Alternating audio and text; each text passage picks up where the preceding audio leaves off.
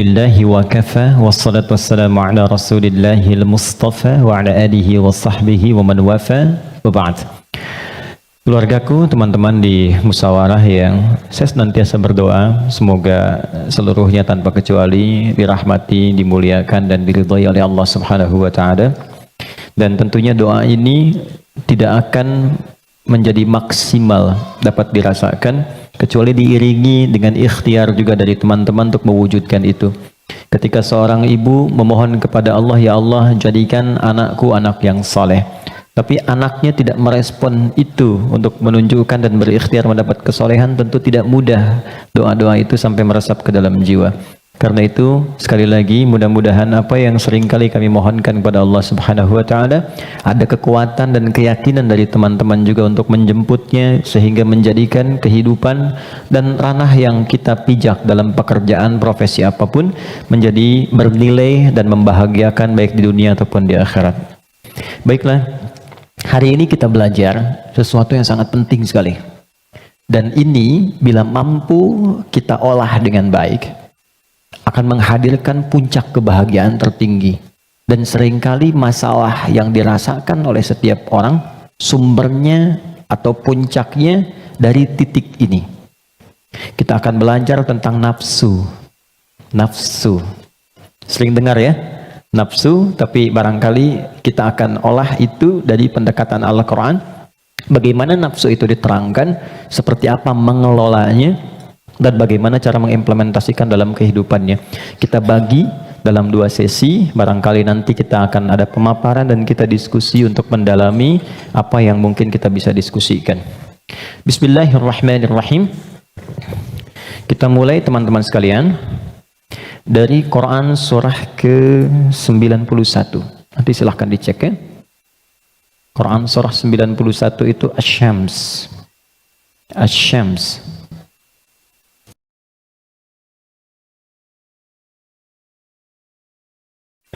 Ayat 7 sampai 10. Oke, pelan-pelan.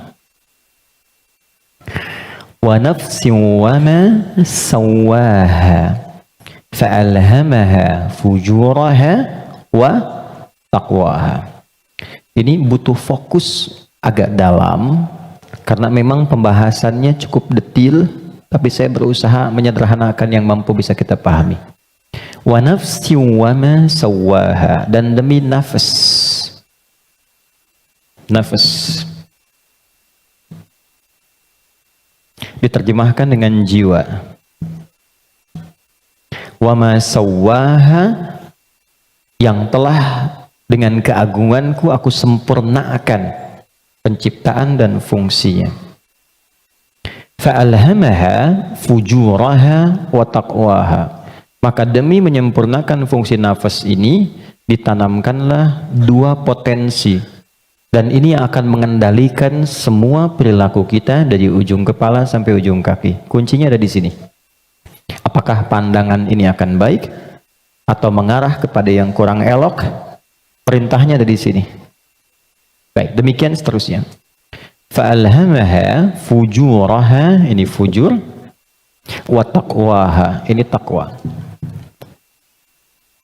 Qad aflaha man zakkaha, setiap orang yang mampu menjadikan kendali hidupnya bersumber dari potensi takwanya, maka seluruh perilaku hidupnya dari ujung kepala sampai ujung kaki akan mengantarkan ia pada kesuksesan dan kebahagiaan dari semua aspek kegiatan yang ia lakukan dalam hidup. Ini jaminan dari Allah. Jadi apapun yang Anda lakukan, Anda kerjakan, pekerjaan apapun yang sekarang sedang diikhtiarkan, itu akan cenderung terdorong mendekat kepada kebahagiaan dan kesuksesan jika patokan dalam mengendalikan itu semua bermuara dari sini.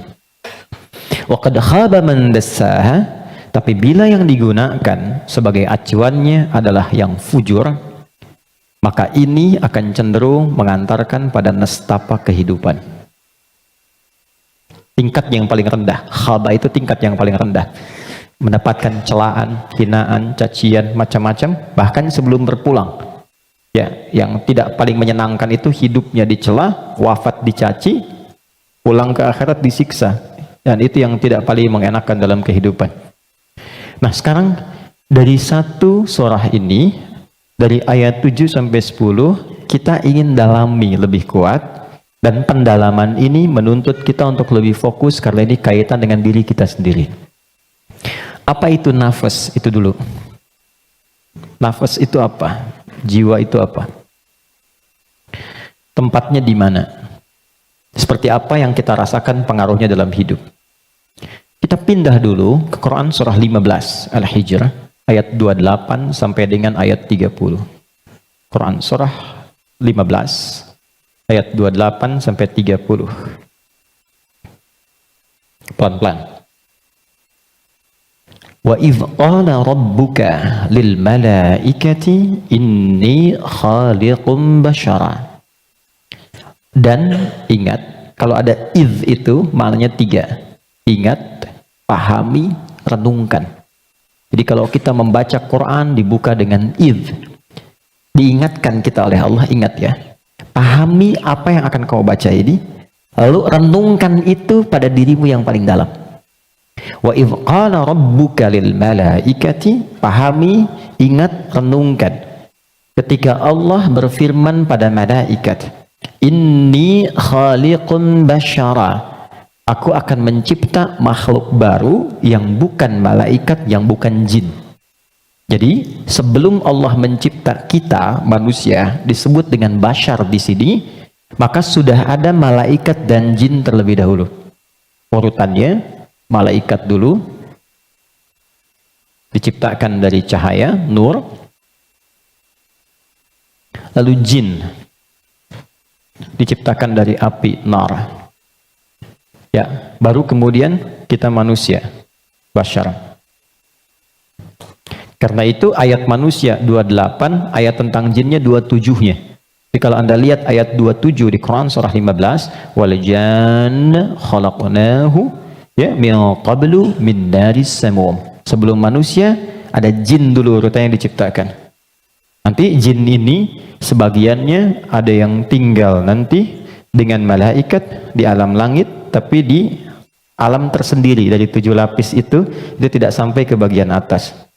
Nanti ada yang tinggal berkehidupan di dunia, yang kelak fungsinya akan digantikan oleh manusia menjadi khalifah di bumi. Nah yang tinggal di alam langit ini, itu yang dulu disebut dengan Azazil namanya. Jin yang sangat taat, rajin ibadah, sampai diagungkan itu Azza. Oleh malaikat disebut nih hebat nih, ibadahnya banyak, maka disebut dengan Azazil. Cuma nanti kisahnya ketika manusia diciptakan dan akan menempati posisi sebagai khalifah di bumi, jin yang terlihat taat ibadah ini ternyata memiliki kecemburuan yang tinggi sampai membangkang perintah Allah. Maka membangkang perintah disebut dengan fasik. Perbuatannya fasak. Maka berubahlah ia dari jin menjadi makhluk fasik. Ya, tertutup kebaikannya dengan keburukannya. Yang menutup keburukan dengan kebaikan, ada yang buruk yang tak ingin terlihat ditutup dengan yang baik, itu namanya libas, dari kata labasa. Tapi kalau yang baik sudah bagus, ibadah, jujur, baik, ditutup dengan keburukan karena sombong misalnya, maka itu namanya dari kata balasa, makhluk yang tertutupnya disebut iblis. Maka dari situ dia menjadi iblis. Di situ ada di Quran surah ke-18 ayat ke-50. Quran surah 18 ayat 50. Wa idh qulna lil malaikati isjudu li adama fasajadu illa iblis kana minal jinni fa fasaqa an amri rabbi.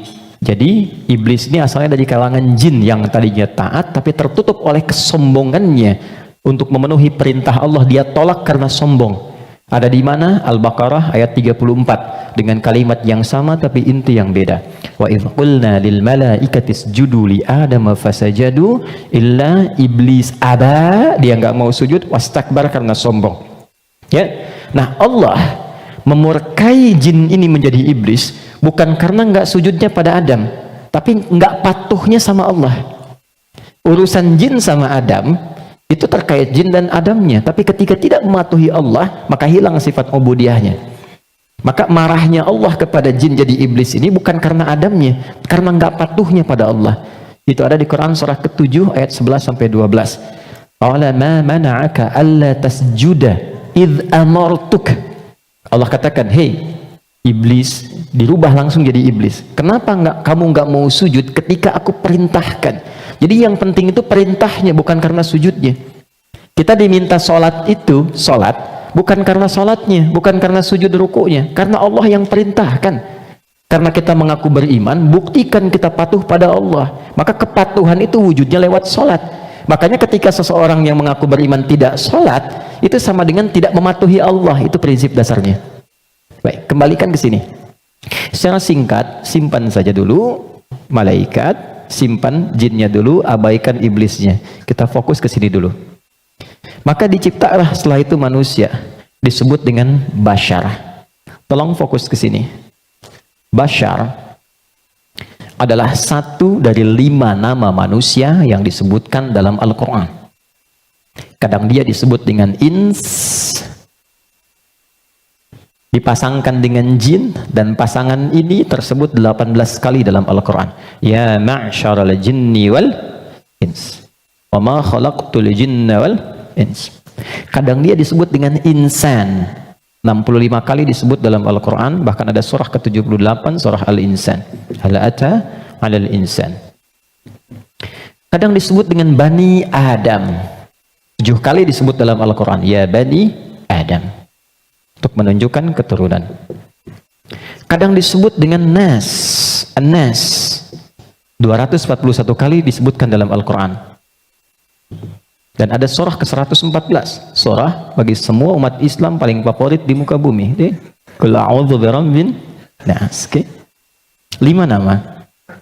Uniknya, setiap nama dalam Al-Quran menunjukkan fungsi tersendiri bagi kegiatan manusia. Contoh, kalau ingin menunjukkan kelembutan dan karakter keramahan pada manusia dan penampakannya, maka yang disebutkan kata ins. Lalu disebut lawannya jin. Jin disebut jin karena tersembunyi, nggak nampak. Lawannya ins nampak. Karena itu jin fitrahnya nggak nampak, nggak bisa ada yang lihat jin. Ingat ini ya, kalau ada yang mengatakan saya bisa melihat jin, hanya jin yang mampu melihat jin, maka orang itu sedang kemasukan jin. Ingat itu, ya.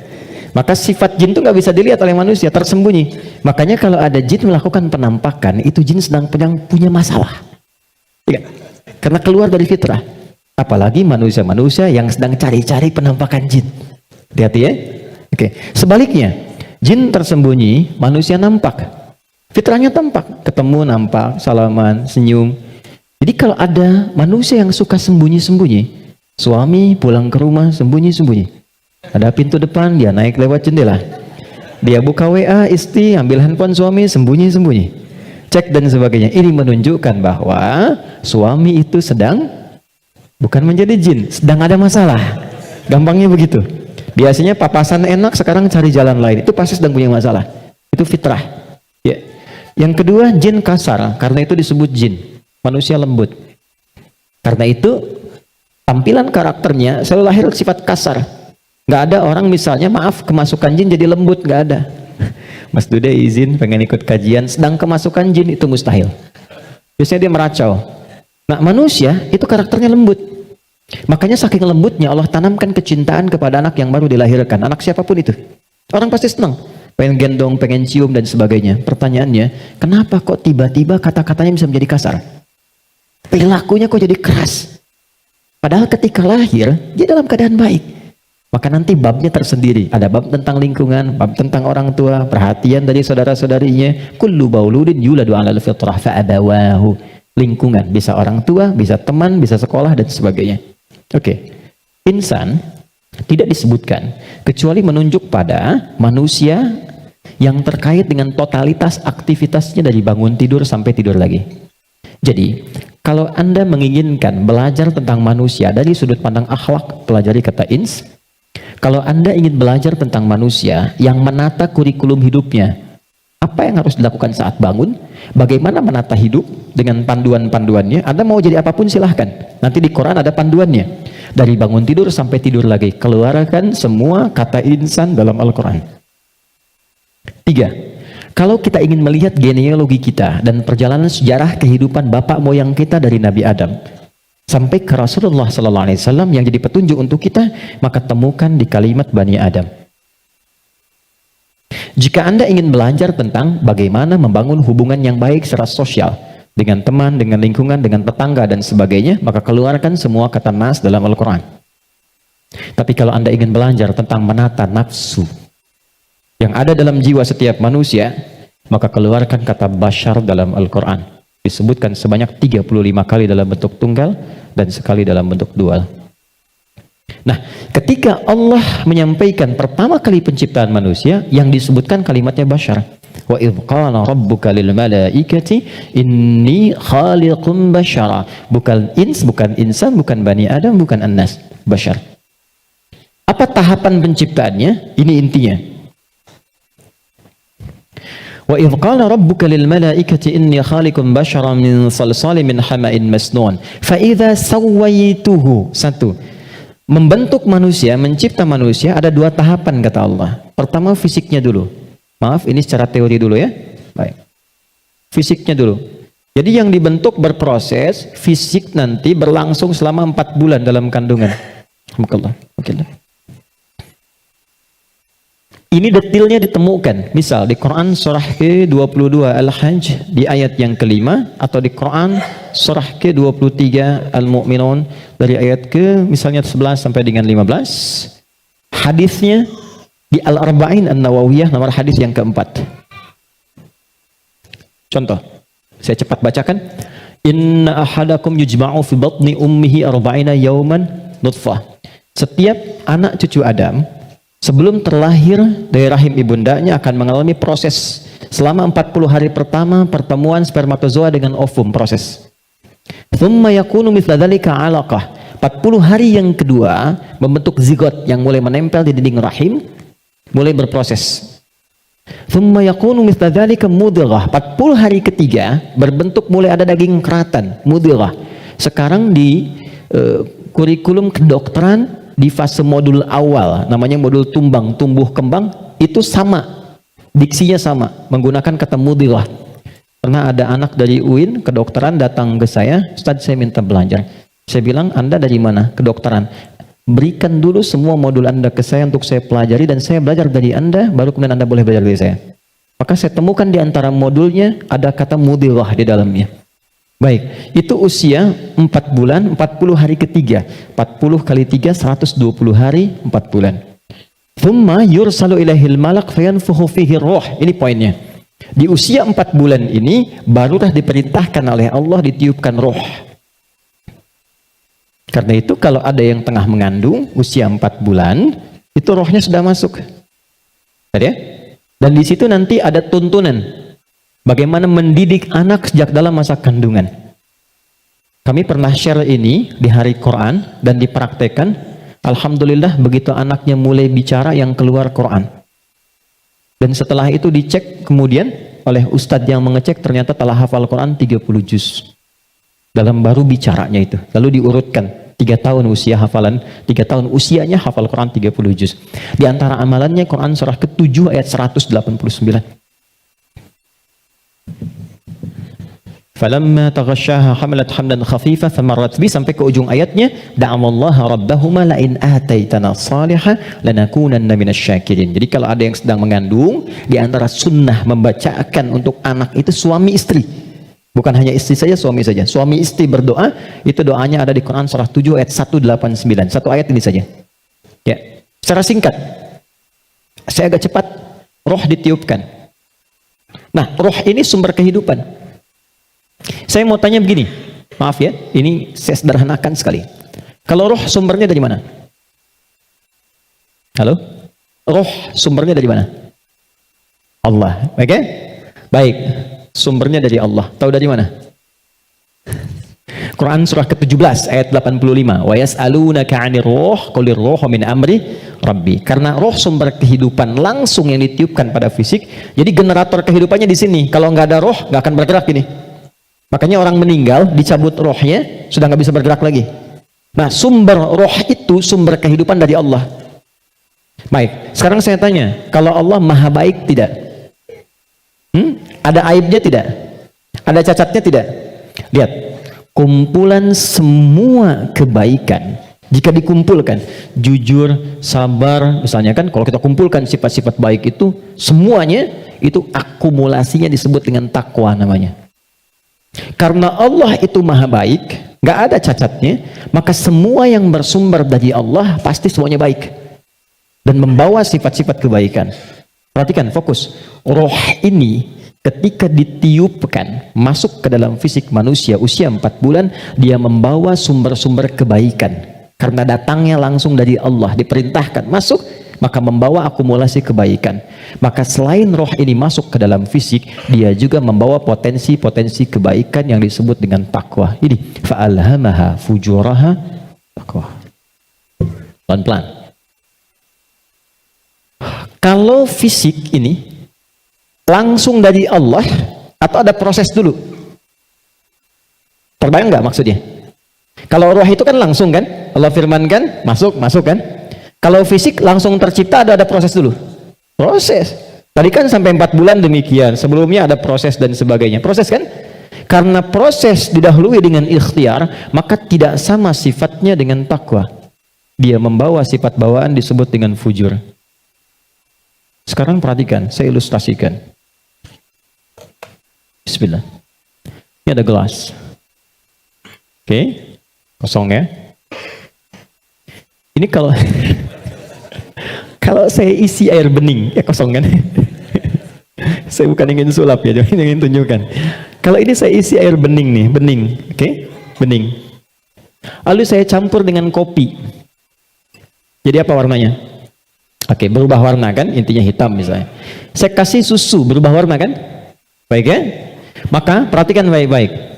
Kalau kita ilustrasikan, ini ada tempat, dimasukkan kemudian air bening, gambarkan yang bening itu takwa ini. Jelas? Takwa itu tadi sifat yang melekat kepada apa? Roh, masih ingat? Kemudian dia bercampur dengan ini, sifat bawaan dari fisik.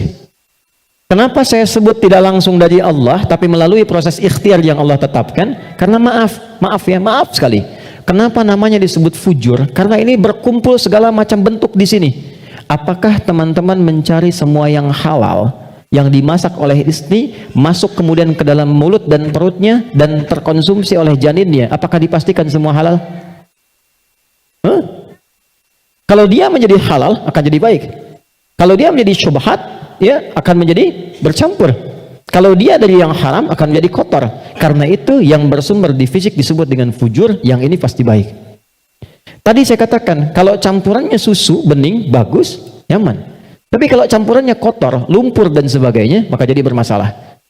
Maka jangan pernah membawa sesuatu yang haram, dibawa ke rumah, apalagi dikonsumsi anggota keluarga. Karena itu pasti akan merusak dan berpengaruh kepada karakter. Karena masuknya ke sini. Itu pasti tuh, pasti. Pernah ada riset begini, ini saya langsung lakukan. Saya baru pulang dari Tripoli, mengajar di satu tempat di Bekasi. Kemudian tiba-tiba ada anak yang tidak biasa. Ini menarik ini. Anaknya unik sekali. Tapi ibunya salihah. Rajin, bapaknya salihah. Bapaknya salih, ibunya salihah. Jadi rajin ke majelis ilmu dan anaknya unik.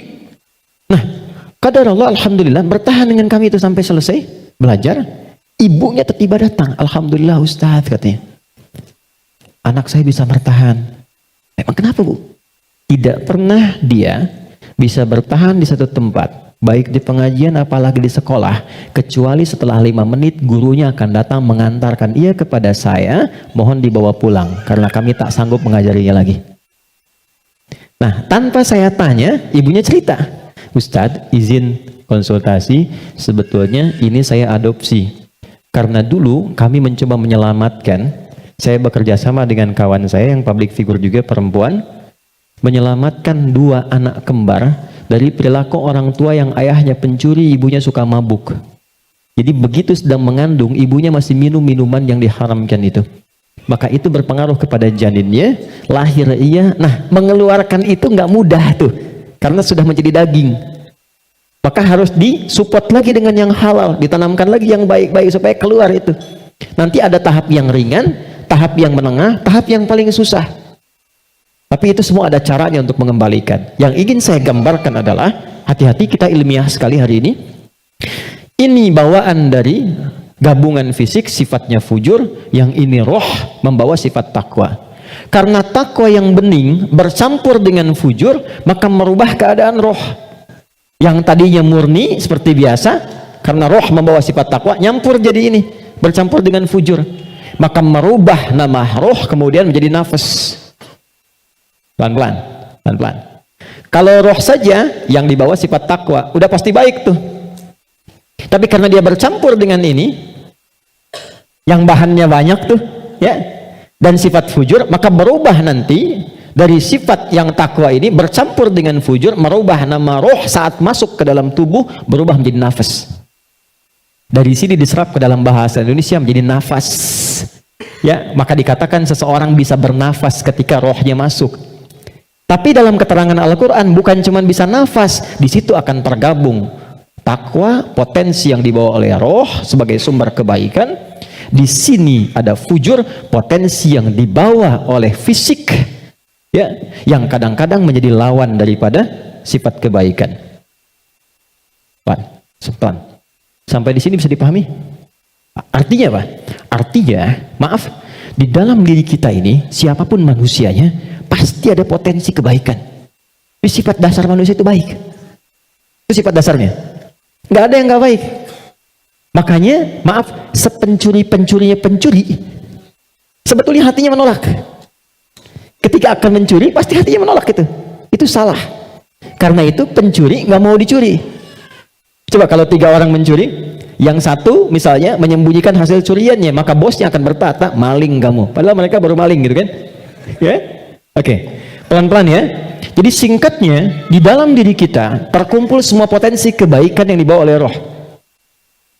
Dan saat yang bersamaan, ada potensi yang dibawa oleh fujur dari fisik. Ada di sini, ini lawannya. Nah, yang menarik begini, yang menarik, ini potensi takwa ini, akumulasi semua kebaikan, kita sebut dengan sumber positif gini. Yang ini didesain oleh Allah sebagai lawannya, kita sebut kutub negatif begini, fujur. Pelan-pelan ya. Dan ini sudah menjadi hikmah kehidupan. Apapun yang bisa bergerak akan selalu ditemukan positif dan negatif. Anda beli robot-robotan pakai baterai, pasti ada kutub positif dan negatif kan? Ya kan? Proton dan neutron. Dalam proton nanti ada neuron dan macam-macam, ada partikel, ada atom dan sebagainya. Jelas ya? Ini semua hukumnya sudah begitu. Ini hukum kehidupan. Tapi kaitan dengan diri kita, ini yang harus kita sadari. Saya turunkan ke sini untuk lebih mudah. Nafas. Di sini ada takwa. Semua kumpulan sifat baik, jujur, rendah hati, kemudian sabar, dan seterusnya. Saat yang bersamaan, di sini ada lawannya, sifat fujur. Jadi kalau teman-teman di sini menemukan jujur, di sifat fujur itu ada dusta. Kalau di sini ada rendah hati, di sini ada sombong. Kalau di sini ada sabar, di sini ada sifat amarah yang berlebihan, pemarah. Nah, kita mesti menyadari setiap manusia itu punya potensi jujur, tapi saat yang bersamaan punya potensi dusta. Dia punya potensi rendah hati, tapi saat yang bersamaan dia bisa sombong. Nah, yang paling menarik adalah bagaimana kita bisa mengendalikan ini sehingga yang keluarnya selalu yang baik. Dan yang ini bisa kita tutup, bisa kita tekan sehingga tidak muncul ke permukaan. Nah, inilah inti pembahasan kita yang akan kita turunkan. Saya ingin fokuskan betul pada apa yang akan saya terangkan saat ini. Jadi yang barusan muqaddimah ya. Sekarang kita mulai ke intinya. Saya ingin berikan penjelasan dari akarnya dulu supaya kita paham tentang diri kita. Jelas sampai di sini? Halo? Jelas ya? Oke. Yuk kita lihat. Kembali ke Quran surah Asy-Syams ayat 7 sampai 10. Wa nafsin wa ma sawaha, dan demi jiwa nafas yang telah aku sempurnakan, kata Allah penciptaannya. Fa'alhamaha fujuraha wa taqwaha, maka diilhamkan pada nafas ini ada 2 yang seakan berlawanan, yaitu fujur dengan bawaan ini dan takwa sifat baik. Sekarang lihat rumusnya. Qad aflaha man zakkaha zakkaha. Qad saya berikan gramatikal bahasa Arabnya dulu. Qad harfut tahqiqin wa taukidin. Huruf tahqiq yang menjamin sesuatu, taukid yang menegaskan satu hukum. Cara menerjemahkannya, qad aflaha, aku jamin kata Allah, dan aku tegaskan, orang yang mampu menata zakat, menata nafasnya dengan baik, maka hidupnya akan cenderung sukses dan bahagia apapun pekerjaannya. Baik, kalau Anda buka terjemahan, zakka itu diterjemahkan dengan menyucikannya. Qad aflaha man zakkaha. Ini kuncinya. Jadi kalau kita ingin menata kalbu, menata nafas, maka caranya dengan zakka. Zakka menyuci. Saya tanya ke akhwat ya, teman-teman. Kalau menyuci itu membuang bajunya atau kotorannya? Oke. Saya tanya ke teman-temannya ikhwan yang pria. Sekali lagi saya pastikan, menyuci itu membuang bendanya atau menghilangkan kotorannya? Kotorannya. Baik, sekarang saya tanya pada semuanya, kalau tidak kotor, mungkin nggak dicuci? Huh? Halo? Kalau tidak kotor, mungkin nggak dicuci? Baik, baik. Sekali lagi, yang ketiga, yang terakhir. Jadi adanya kotor itu untuk menunjukkan yang bersih atau untuk mengotori pakaiannya? Ayo, bingung sekalian nggak apa-apa. Manfaat kotor itu, kotor untuk menunjukkan yang bersih atau untuk mengotori pakaiannya? Bukan, yang mengotori itu andanya, gitu kan? Kotor itu diciptakan untuk mendapatkan bersihnya. Sebab kalau nggak ada kotor, nggak akan ketahuan bersihnya. Anda nggak mungkin nyuci kalau nggak ada kotoran, nggak ada kerjaan. Tapi supaya ketahuan itu bersih, ditampakkan yang kotornya. Kan harus ada pembanding. Dari mana taunya orang itu baik? Kalau ada yang buruknya, bisa dibandingkan. Tahu dari mana dia jujur? Kalau ada bohongnya. Tahu dari mana bersih? Kalau ada kotornya. Maksud saya, kotoran itu diciptakan bukan ingin mengotori pakaiannya, tapi ingin menghasilkan kebersihan di balik kotoran itu. Karena itu menyuci, itu membersihkan kotoran, bukan membuang bendanya. Tarik logika itu ke sini. Qad aflaha man zakkaha. Allah menciptakan sifat fujur bukan ingin menjadikan manusia itu terjebak dalam keburukan. Jadi jangan bertanya begini, kenapa Allah ciptakan sifat dusta? Kan saya nggak akan berdusta kalau begitu. Kenapa Allah ciptakan sifat sombong? Kan saya nggak akan sombong kalau begitu. Bukan, kata Allah, pada asalnya diciptakannya fujur dengan semua sifat ini adalah untuk menjadi katalis dalam bahasa kimianya itu, supaya dia bisa menstimulus supaya baiknya keluar. Sebab kalau nggak ada ini nggak akan muncul. Contoh, bisa nggak ada sabar kalau nggak ada marah? Antum pulang ke rumah, ketemu istri, tiba-tiba nyampe rumah, istri bilang, "Pak, sabar ya Pak, sabar," gitu. Padahal nggak ada hujan, nggak ada angin, nggak ada apa-apa. Kira-kira respon antum gimana? Sayang, kamu sehat? Kan? Nggak mungkin kan? Ada amarah, pim. Mau marah nih, sabar aja, sabar, nggak usah dibalas. Nah, kapan ada sabar kalau ada pemicunya? Kapan ditemukan jujur? Ketika ada dusta. Jadi dusta itu diciptakan bukan ingin menjadikan Anda sebagai pendusta, tapi sebagai katalis supaya jujurnya muncul. Sabar diciptakan dan marah diciptakan untuk supaya yang baiknya muncul. Sebab kalau nggak ada marah, sabarnya nggak akan naik. Paham nggak sampai di sini? Nah, cara kita mengolah dibalik kata Quran, qad aflaha man zakkaha. Kalau satu waktu terjadi muncul dorongan yang mendorong dari sini, fujur ke nafas. Cara kerjanya begini supaya lebih paham. Gak apa-apa, saya menghapus saja. Bismillah. Jam 3 saya dari Bandung, ya Allah. Aku sudah hari Kamis. Saya nerangkan sendiri, gak apa-apa. Kehormatan bagi saya Presiden Musyawarah. Nggak usah ini aja, supaya nggak ada beban. Jazakallah. Nggak apa, ini aja. Baik. Kasih banyak, jazakallah khair. Semoga dapat tambahan rahmat. Amin. Cukup? Ya, dipegang aja nanti kalau ada keperluan lagi. Okay. Gini teman-teman, saya mulai dari sini dulu. Ini agak mahal, tapi butuh fokus. Ini nafas. Nafas itu inti jiwa nih di sini. Kelihatan ya? Intinya di sini. Di dalam inti ini ada lagi turunan tadi. Saya kebawahkan dulu di takwa, semua sifat baik. Yang ini fujur. Ini lawannya. Nafas itu adanya di dalam kolbu. Kolbu begini. Yang sering terjemahkan dengan hati. Adanya di sini, kolbu. Kolbu adanya di sodrun. Nih. Ini. Masih ingat teman-teman kalau sholat kan Allahu Akbar tangannya di sini kan?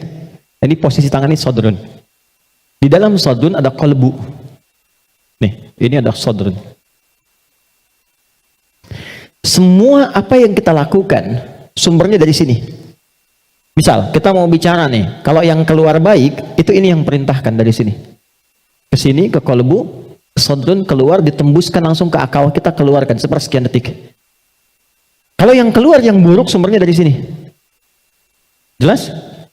Nah, saya ingin katakan dulu sebentar. Setan sudah meminta kepada Allah sejak Adam diturunkan supaya diberi kewenangan untuk menggoda yang ini. Itu nanti ada di surah An-Nisa di ayat yang ke-118. Dari ayat 116 sampai 118. La'anahullah wa qala la'attakhidanna min ibadika nasiban mafruḍa. Ketika dia dilaknat oleh Allah, dia berkata, ya Allah izinkan aku menggoda satu bagian dari manusia. Maksudnya yang ini. Di sini sumber keburukan nih.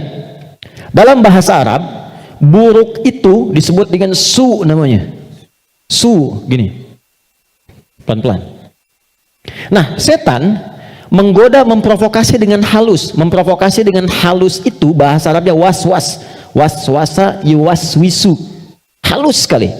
Dia masuk lewat sini, sodrun. Jamaknya sudur. Jamak dari sodrun sudur karena manusianya banyak. Di Quran surah ke-114, alladzi yuwaswisu fi sudurin nas. Dia menggoda ke sini, ke kolbu, ke sini. Alih-alih bicara yang baik, dia katakan keluarkan yang kasar. Tak sadar keluar. Begitu keluar bentuknya dalam bentuk perbuatan, maka keluar namanya su, kata-kata yang kotor. Kata-kata su. Karena ini melewati nafas, nih, kan dari nafas nih. Tidak dilihat fujurnya, yang dilihat nafasnya. Oh, ternyata nafasnya itu memerintahkan kepada su. Nafas ketemu su, disebutlah nafsu.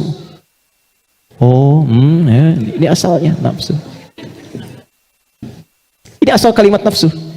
Dari mana ini ditemukan? Quran surah ke-12 ayat 53. Paling kiri sebelah atas di mushaf. Quran surah 12 Yusuf ayat 53.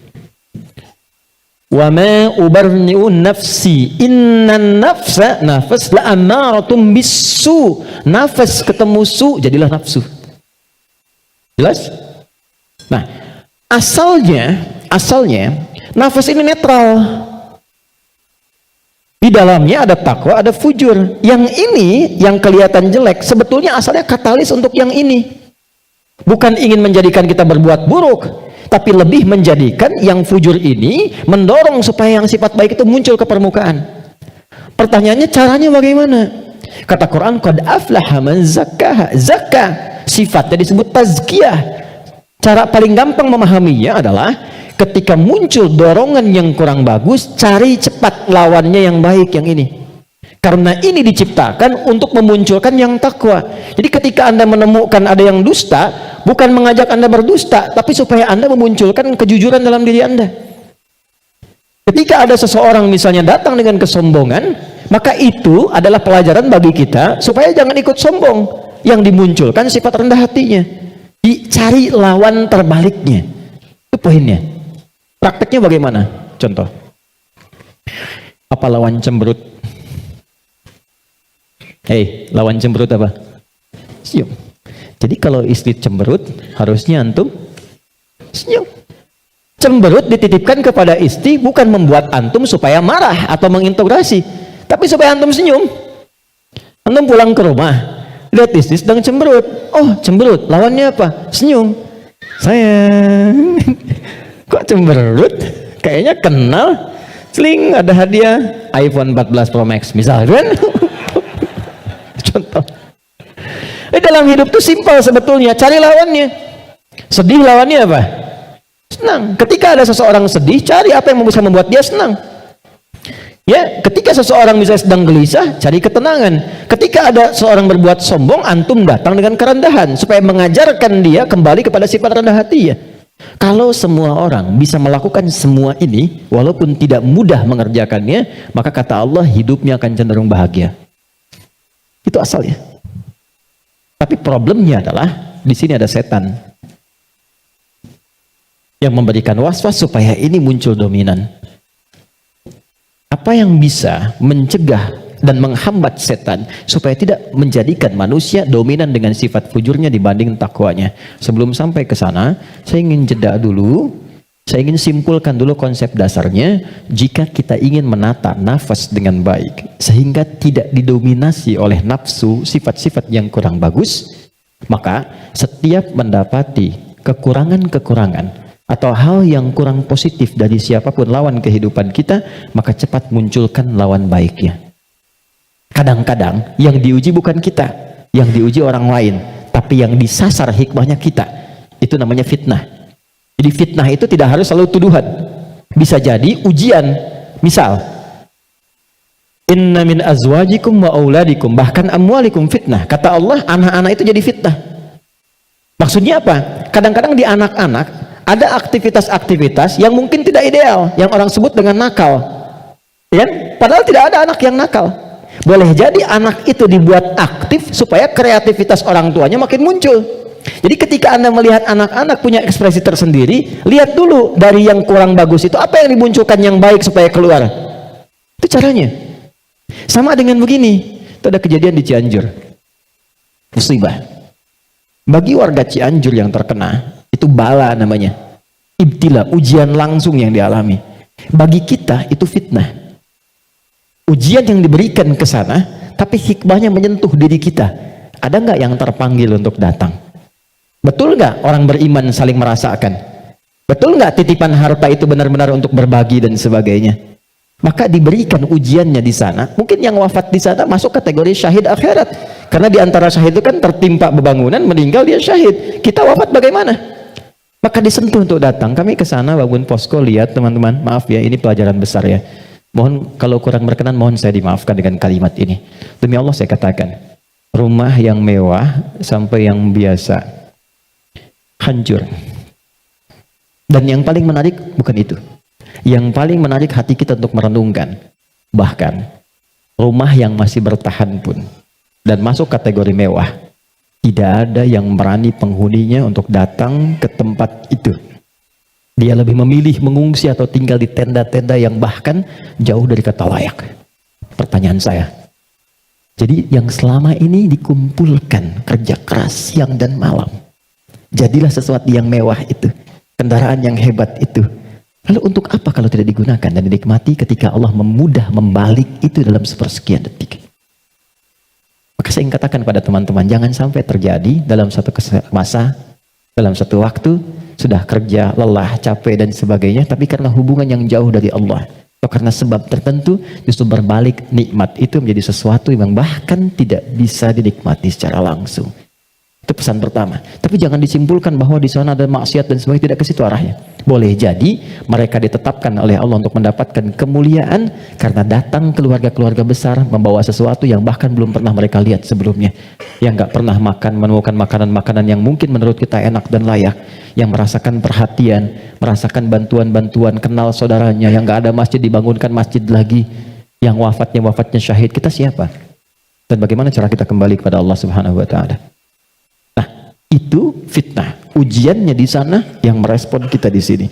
Terkadang adanya pada tetangga kita. Tetangga yang sakit dibuat sakit bukan karena ingin menjadikan dia sakit. Boleh jadi Allah ingin menguji Anda sebagai tetangganya, sikapnya bagaimana. Itu cara melihatnya.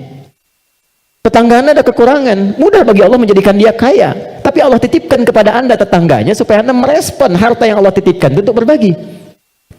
Contoh lain, Anda sudah ke masjid. Anda punya tetangga, belum mau ke masjid.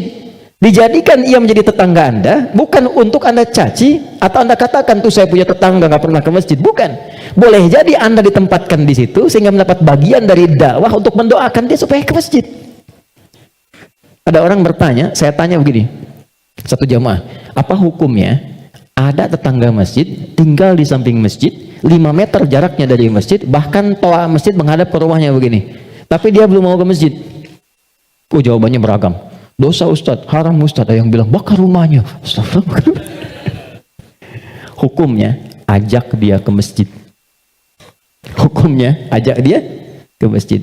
Ini sederhana, tipis bahasannya, tapi kalau kita praktekkan dalam kehidupan di rumah tangga, suami dengan istri, dengan anak, anak dengan ayah, dengan ibu, ini dibawa. Kita datang ke ibu sedang cemberut, buat beliau tersenyum. Lihat pasangan sedang gelisah, buat dia lebih tenang. Lihat anak sedang menangis, buat dia tertawa. Nabi SAW kedatangan seseorang menyampaikan, ya Rasulullah, si fulan berjuang fi sabilillah, ikut ke medan perang, tapi ibunya menangis. Dipanggil oleh Nabi anak itu, katakan, irja, pulang kamu, bikin ibumu tertawa seperti engkau membuatnya telah menangis. Ini konsepnya. Sederhana, tapi kalau kita bisa mengendalikan itu dalam kehidupan, maka kebahagiaan akan nampak di depan mata. Setidaknya itu kata Al-Quran. Oke, saya berhenti sejenak, kita dialog dulu. Nanti setelah itu saya akan sempurnakan tentang provokasi setan dan bagaimana mencegahnya. Ada yang mau ditanyakan? Saya perkenankan. Halo, kenapa menjadi diam begini? Ada yang mau bertanya? Atau saya teruskan dulu? Setelah itu baru kita bebas berdiskusi? Baik ya? Baik. Tidak mudah untuk dilakukan, sikap seperti itu, mudah disampaikan tapi tidak mudah dikatakan. Sama Ustadz juga begitu. Sama saja, godaannya sama, mau Ustadz mau bukan sama. Makanya jarang ada Ustadz ceramah bawa istrinya. Baik. Ini live gak ya? Oke, aman ya. Baik, saya kembalikan ke sini. Kenapa? Karena sama, ada setannya. Ini poinnya. Ada setannya. Ini yang sudah berjanji kepada Allah, berkomitmen maksudnya. Pokoknya selama manusia hidup, siapapun itu dan apapun statusnya, dia pasti memberikan waswas, menggoda lewat sini supaya ini ditekan. Ya, supaya takwanya ditekan, yang naik yang ini, yang buruk-buruknya. Maka bagaimana cara mencegah godaan-godaan setan itu sehingga kita manusia tidak terbawa dalam nuansa provokasi setan, sehingga bertransformasi dari pribadi yang lembut ini berubah menjadi pribadi yang kasar, yang kotor tindakannya dan sebagainya. Maka yang pertama kata Al-Quran, teruskan ayatnya, waqad khaba man dassaha.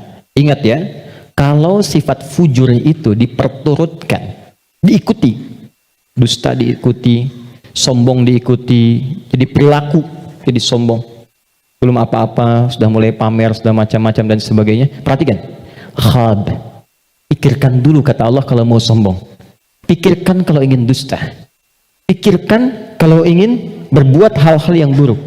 Khab, muaranya, ujungnya pasti kehinaan. Ini. Jadi sebelum berbuat sesuatu yang menyimpang, kalau Anda ingin berkata kotor, pikirkan dulu. Karena ketika itu keluar, Anda akan terhina, kata Allah. Anda akan terhina. Kalau bukan ada yang di hadapan, orang lain yang akan tergerak untuk menghinakan itu. Karena itu tidak sedikit orang yang mengeluarkan kata-kata kotor dalam kehidupan, terekspos kemudian, bukankah dirinya menjadi rendah? Mau sombong, bagi dirinya mungkin hanya ingin menampilkan kerja keras saja. Tapi ketika ditampilkan dalam bentuk sombong, diikuti provokasi ini, maka apa yang terjadi? Khab. Kata Allah, ujung-ujungnya pasti ini terhina hidupnya. Entah itu mendapatkan celaan, entah itu mendapatkan cacian. Jadi semua bentuk keburukan yang dialami oleh manusia itu kembali kepada perilakunya, dan pada akhirnya adalah mengikuti bisikan-bisikan yang disampaikan oleh setan. Jadi yang pertama kali, kalau terfikir sesuatu yang buruk, langsung kata Allah pikirkan, maaf ya, hei jangan kerjakan. Kalau tidak, kamu akan terhina di ujung. Maaf sekali lagi, maaf. Seseorang ketika berbuat korupsi misalnya, dia merasakan akan mendapatkan sesuatu yang besar. Tapi Quran menasihati jangan lakukan, karena kamu akan terhina. Betapa itu terbukti ketika dia diketahui, entah itu KPK, kejaksaan atau polisi menangkap dan seterusnya. Perhatikan, apa hukuman yang didapatkan dalam kehidupan sosialnya? Cacian, makian, celaan. Dan yang paling dahsyat, bukan hanya orang yang melakukan, sampai anaknya dapat bagiannya. Padahal tidak pernah mengerjakannya. Keluarganya mendapatkan bagiannya, padahal tidak pernah melakukannya. Karena itu, masuk kepada yang kedua. Nahnu narzuqukum wa iyyahum, atau nahnu narzuquhum wa iyyakum. Ada dua ayat. Kaidah-kaidah perilaku dan rizki ada yang terwariskan. Yang kedua, kata Allah, kalau kamu merasa bisa menanggung kehinaan pada dirimu, pikirkan keluargamu. Contoh, Anda mengatakan, saya belum menikah Ustaz, tapi Anda kan punya ayah, punya ibu. Jadi kalau Anda berbuat sesuatu yang buruk, orang tua Anda akan kena. Anda berbuat maksiat, terjebak dengan perbuatan buruk, menggunakan benda-benda yang haram misalnya, atau mencuri atau macam-macam, waliyadzubillah.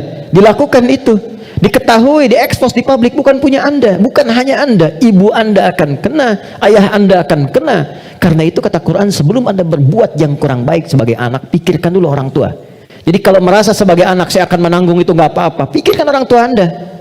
Apa tega ibu yang telah mengandung, melahirkan, merawat, mendidik, ayah yang penuh dengan peluh merawat Anda, menyayangi Anda, menemani Anda saat tidur, tiba-tiba hanya mendapati keburukan yang dari Anda kerjakan, mendapati limpahan keburukan dari hasil kreasi anaknya. Satu. Tapi kalau Anda orang tua, maka ingat anak dan keluarga. Saya sedih ya dapat beberapa informasi yang kadang-kadang dari instansi pemerintahan juga konsultasi. Salah satunya yaitu, kok masih ada yang nekat berbuat seperti ini. Anda bisa bayangkan, seorang bapak korupsi, anaknya dibully di sekolah sampai dia putus sekolah. Salah apa anaknya? Ibunya berbuat maksiat, ketahuan. Keluarganya yang kena. Suaminya yang hancur karirnya. Karena yang istrinya berbuat yang tidak bagus, berselingkuh, bergaul dengan pasangan yang lainnya, suaminya yang kena, suami yang kemudian diputus pekerjaannya, anak-anak yang kena bulinya. Jadi masuk yang kedua, ketika ada seseorang yang berpikir mengikuti provokasi setan, kata Allah, pikirkan keluargamu, pikirkan anakmu. Yang ketiga, yang terakhir, pikirkan kematian, wafat. Jadi kalau sedang terdorong oleh nafsu yang diarahkan oleh setan untuk berbuat yang buruk, misal, maaf, ingin mencela orang, hanya sekedar bikin status. Coba bayangkan saat berbuat seperti itu, Anda diwafatkan oleh Allah Subhanahu wa Ta'ala. Apakah mau wafat dalam keadaan sedang berbuat maksiat? Sementara selama ini Anda sholat, Anda puasa, Anda zakat dan sebagainya, tiba kemudian berbuat maksiat dan wafat dalam keadaan demikian. Itu puncak terakhirnya yang paling cepat bisa mengendalikan nafsu kita supaya tercegah dari perbuatan yang buruk. Selebihnya di situ doa-doa untuk menguatkan itu semua. Ada ayat kursi, ada tiga surah paling favorit semuka bumi terakhir, Al-Ikhlas, Al-Falaq, An-Nas. Ada istighfar dan lain sebagainya. Nah itu jalan-jalan yang bisa kita lakukan. Dan sebagai penutup, kalau sudah pernah terjebak berbuat seperti itu, bagaimana cara kembalinya? Ini ada jalan rel, salah belok ke sini, ingin balik lagi supaya ke jalan yang benar, balik kembali ke jalan yang lurus, yang benar, untuk menempuh jalan yang lebih baik. Dalam bahasa Arab disebut dengan taba, sifatnya disebut dengan taubat.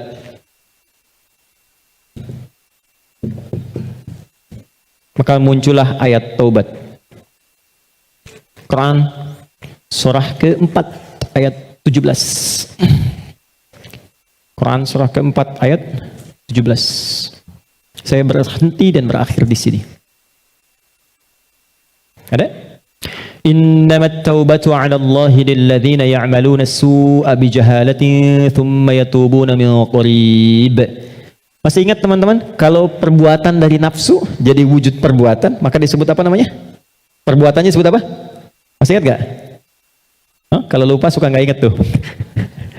Masih ingat kan? Kan? Oke. Sekarang di ayat itu, innamat taubatu 'ala Allahi lilladzina ya'maluna su. Kata Allah, kalau ada yang pernah terjebak berbuat buruk dalam hidup, kata-katanya keluar kotor, tindakannya nggak bagus, hartanya didapatkan dari jalan yang tidak baik misalnya, terus dia ingin merubah itu, dia merasa saya diprovokasi oleh setan, terjebak oleh nafsu, pengen berubah, pengen menghilangkan itu semua. Maka apa yang harus dilakukan? Thumma yatubuna min qarib. Ini yang indah nih. Bab ini yang paling penting. Mohon fokus baik-baik. Ini yang paling penting dan ini yang paling dahsyat yang bisa kita dapati saat ini. Thumma yatubuna min qarib. Ini kalimatnya. Nggak perlu dihapus dulu, biarkan dulu saja. Nih, teman-teman segini. Kemudian saat dia sadar itu salah, dia bergegas ingin segera memperbaiki. Kalimat ini menjadi mahal karena ada informasi di dalamnya dan ini rahasia. Mohon dijadikan antara kita saja di hari ini ya. Perhatikan kalimatnya. Ternyata, maaf, seburuk-buruknya perbuatan yang pernah dikerjakan oleh manusia, rahmat Allah menjadikan setiap manusia itu selalu mendapat kesempatan cahaya untuk kembali. Karena itu, seburuk apapun perbuatan yang pernah dilakukan, pasti akan ada kilatan di hati kita yang mengingatkan, apa masih mau begini terus? Bisa nggak saya berubah? Pernah nggak merasakan itu? Ya, bisa nggak saya tahajud malam? Bisa nggak saya sholat? Sampai kapan saya mau begini? Nah, itu yang mahal. Kadang-kadang datangnya lewat renungan, kadang-kadang datangnya lewat pandangan. Misal Anda pulang dari pekerjaan, kok tiba-tiba Anda lewat ke depan masjid yang banyak orang sedang menunaikan sholat. Tiba-tiba Anda lewat ke pesantren yang anak-anak kecil sudah bawa mushaf, pengen menghafal. Sedang melihat kan? Pertanyaan saya, kok bisa Anda lewat situ padahal bisa melalui jalan yang lain? Itu kalau bukan sayang Allah, nggak mungkin diberikan demikian. Kadang-kadang lewat pendengaran. Kadang-kadang pendengaran dan penglihatan. Pendengaran misal, taklim di Masjid Raya Pondok Indah atau misalnya MRBJ di sini. Suara keluar, Anda lewat situ. Begitu Anda lewat terdengar kalimat bertobatlah kepada Allah sebelum kita semua wafat. Padahal kalimat itu ditujukan pada jamaah yang di dalam, tapi suaranya keluar, Anda yang dengar. Kok bisa Anda dengar itu gitu? Kadang-kadang pendengaran dan penglihatan. Anda pengen lihat YouTube, ngecek yang lain, tapi yang keluar pengajian. Yang paling dahsyat jawaban dari pertanyaan Anda selama ini. Nah, itu yang dimaksudkan. Kalau Anda mengalami momentum seperti itu, kata Quran, cepat ambil. Karena Allah sedang memberikan kasih-Nya secara langsung tanpa campur tangan siapapun. Biasanya, kalau dalam kondisi seperti itu disambut oleh seorang hamba, maka muncullah rahmat Allah pada saat itu yang akan langsung merubah hamba itu menjadi kekasih Allah Subhanahu wa taala. Makanya tidak sedikit orang menjadi kekasih Allah. Kekasih itu maksudnya sangat dekat dengan Allah sampai doa pun baru minta udah dijawab. Siapa di antara mereka aulia Allah itu? Rata-rata ada di antara mereka yang tadinya pelaku maksiat. Terus merasakan nikmatnya taubat, meningkat ibadahnya, dan sekatnya seakan-akan menjadi jauh, terpisah, lepas dari dirinya, nyambung ke Allah begitu cepatnya, doanya cepat terjawab, zikirnya terasa dengan nikmat. Itulah aulia Allah. Nah, jadi yang ingin saya katakan adalah, kalau satu kali berbuat salah, terfikir, kemudian ada kilatan di hati kita, di pikiran kita, atau mendengar atau melihat sesuatu, mengarahkan kita untuk bertobat, cepat ambil itu. Cepat ambil. Itu yang dimaksud Quran surah ke-29 di ayat yang terakhir. Walladzina jahadu fina lanahdiyannahum subulana. Setelah itu, sesali perbuatan yang pernah dikerjakan, minta ampun pada Allah. Kalau terkait dengan manusia, minta maaf. Datangi. Dan jangan merasa sungkan. Jangan merasa sungkan.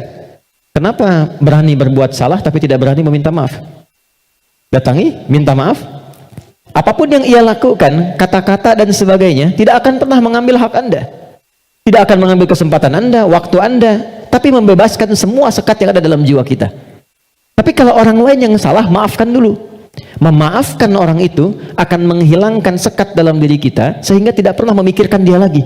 Tapi tidak menyelesaikan persoalan dia dengan Allah. Jadi tetap dia dihisab oleh Allah sebelum dia minta maaf pada kita. Tidak ada ruginya. Paham ya?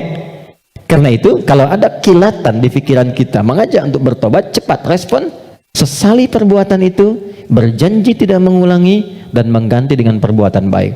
Apa tandanya tobatnya diterima? Tandanya semua perbuatan yang jelek yang pernah keluar dari lisan, dari mata, dari telinga sampai ujung kakinya, misal, maka berganti menjadi perbuatan baik. Itu tandanya hamba itu diterima tobatnya oleh Allah Subhanahu wa taala.